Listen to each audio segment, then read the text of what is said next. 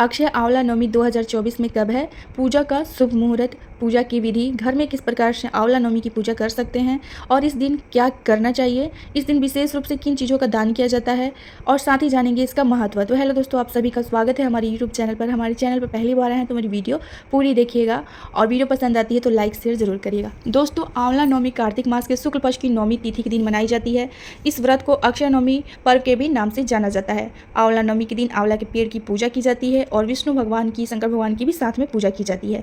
या तो फिर सिर्फ आप आंवला की भी आंवला के पेड़ की भी पूजा कर सकते हैं। इस दिन व्रत भी रखा जाता है। आंवला नवमी के दिन आंवले के पेड़ के नीचे खाना बना के खाने की परंपरा है और इस दिन कहते हैं भगवान विष्णु जी का, पूरे कार्तिक महीने में भगवान विष्णु जी का आंवले के पेड़ में वास रहता है। इस दिन आंवला के पेड़ की जो लोग पूजा करते हैं, कहते हैं उनके सारे पाप धुल जाते हैं और सारे पापों से मुक्ति मिल जाती है। जो लोग आंवला नवमी का व्रत रखते हैं उनको संतान सुख की प्राप्ति होती है और घर में उनके सुख समृद्धि बनी रहती है। आइए दोस्तों, जान लेते हैं आंवला नवमी साल 2024 में कब है, नवमी तिथि कब शुरू हो रही है, कब खत्म हो रही है, आंवला नवमी के दिन पूजा का शुभ मुहूर्त क्या है। दोस्तों, आंवला नवमी जो है वो कार्तिक महीने के शुक्ल पक्ष की नवमी तिथि के दिन रखा जाता है और इस तिथि की शुरुआत हो रही है 9 नवंबर 2024 को रात के 10:45 पर और इसका समापन होगा 10 नवंबर 2024 को रात के 9:01 पर। तो ऐसे में उदया तिथि के अनुसार इस साल यानी कि 2024 में आंवला नवमी 10 नवंबर दिन रविवार को मनाया जाएगा और आंवला नवमी के दिन पूजा का शुभ मुहूर्त होगा सुबह के 6:45 से लेकर दोपहर के 12 बजे तक। चलिए आइए जान लेते हैं पूजा का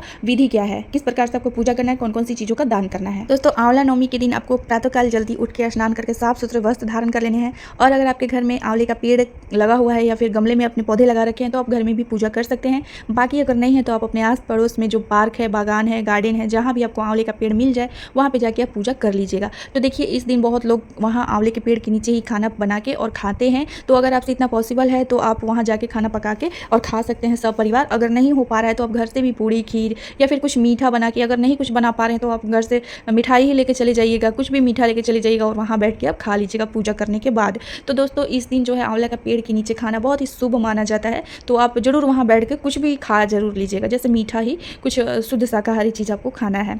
तो देखिए, आंवले के पेड़ की किस प्रकार से पूजा करनी है। अगर आपको आंवले का पेड़ मिल जाता है कहीं तो वहाँ की जगह की थोड़ी सी साफ सफाई कर लीजिएगा आसपास की और जल का छिड़काव करके थोड़ा लीप सके, अगर मिट्टी है तो लीप लीजिएगा। बाद आप आंवले के पेड़ के पास चौक बना लीजिएगा चावल के आटे से या फिर गेहूं के आटे से, या फिर अगर ये भी नहीं है तो हल्दी और रोली से चौक बना के और पूरब दिशा की ओर मुख करके आप आंवले के पेड़ में जल और गाय का कच्चा दूध मिलाकर अभिषेक कर लीजिएगा। और करने के बाद आंवले के पेड़ में आप कच्चा सूता या फिर आप, अगर आपके पास नहीं है कच्चा सूता धागा यानी कि, तो आप मौली लपेट सकते हैं। आप वस्त्र भी इस दिन ले जाके और आंवले के पेड़ में लपेट सकते हैं, जैसे गमछा वगैरह आप ले सकते हैं और आंवले के पेड़ में आप लपेट सकते हैं। तो मतलब वस्त्र रूपी लपेट दिया जाता है, 7 बार 9 बार आप लपेट लीजिएगा। उसके बाद आप जो भी अपने घर से मीठा वगैरह बना के ले गई हैं वो मीठा, जैसे वहाँ पे बहुत लोग जाके पकवान बनाते हैं तो उसमें मीठा का भोग लगाते हैं। तो अगर उतना पॉसिबल हो पाए तो ठीक है, नहीं तो आप घर से कुछ मीठा ले जाइएगा और आंवले के पेड़ के पास मीठा चढ़ा दीजिएगा, साथ में फूल अर्पित करिएगा। और आंवला जरूर इस दिन आंवले का जरूर इस दिन सेवन किया जाता है, आंवला प्रसाद रूपी खाया जाता है। तो आंवला जरूर,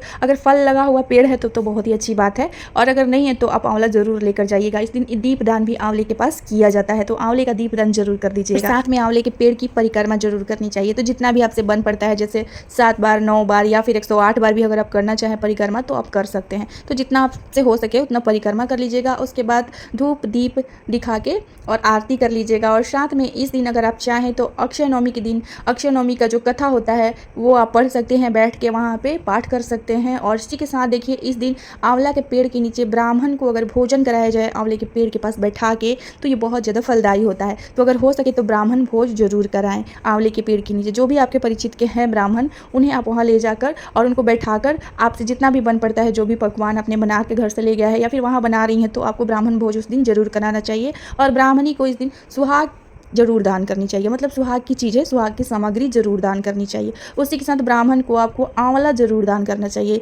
इस दिन आंवले का दान और भतुए का दान, बहुत पेठा जिसे कहा जाता है, बहुत ही ज़्यादा अहम माना गया है। तो इस दिन आप ब्राह्मण को आंवला और पेठे का यानी कि भतुआ का दान जरूर दोस्तों जान लेते हैं इसका महत्व। हिंदू धर्म में अक्षय नवमी यानी कि आंवला नवमी का बहुत ज़्यादा महत्व है। कहते हैं कि कार्तिक के महीने में भगवान विष्णु जी आंवले के पेड़ में निवास करते हैं और साथ में देखिए शंकर भगवान जी की भी इस दिन पूजा की जाती है। भगवान विष्णु और शंकर जी की प्रतिमा या फिर फोटो रख के पूजा किया जाता है आंवले के पेड़ के नीचे। तो अगर आपसे हो पाता है तो जरूर करिएगा। इस दिन आंवले का सेवन, आंवले का दान और साथ में आंवले के पेड़ की परिक्रमा और आंवले का दीपदान जरूर करना चाहिए, बहुत ही ज़्यादा फलदायी होता है। कहते हैं कि जो लोग आंवले के पेड़ की पूजा इस दिन करते हैं उनके सारे पाप कट जाते हैं और साथ ही पुण्य फलों की प्राप्ति होती है। तो ये जरूर करना चाहिए।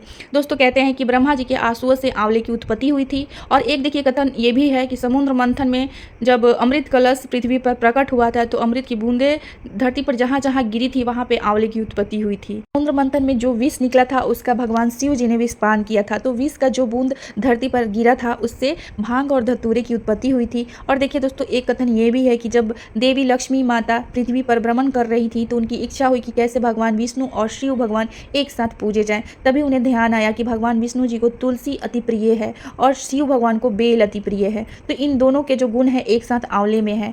तो लक्ष्मी माँ ने आंवले के पेड़ यानी कि वृक्ष की विष्णु और भगवान शिव का प्रतीक मानकर उसकी पूजा की। उनकी पूजा से प्रसन्न होकर भगवान विष्णु और शिव जी प्रकट हुए। माता लक्ष्मी जी ने आंवले के पेड़ के नीचे उन्हें भोजन कराया और उसके बाद स्वयं भोजन को प्रसाद रूपी ग्रहण किया। उस दिन से ही यह तिथि आंवला नवमी के नाम से प्रसिद्ध हुई। तभी से ऐसी मान्यता है कि इस दिन आंवले के पेड़ की पूजा करने से, आंवले के पेड़ की परिक्रमा करने से और साथ में आंवले का सेवन करने से, आंवले के पेस्ट बनाकर यानी कि उसका जो लेप लगाकर स्नान करने से और आंवले का दान करने से, आंवले का दीप दान करने से इंसान को अक्षय पुण्य की प्राप्ति होती है। तो दोस्तों कैसी लगी आप सभी को ये जानकारी जरूर बताइएगा। वीडियो पसंद आती है तो लाइक शेयर जरूर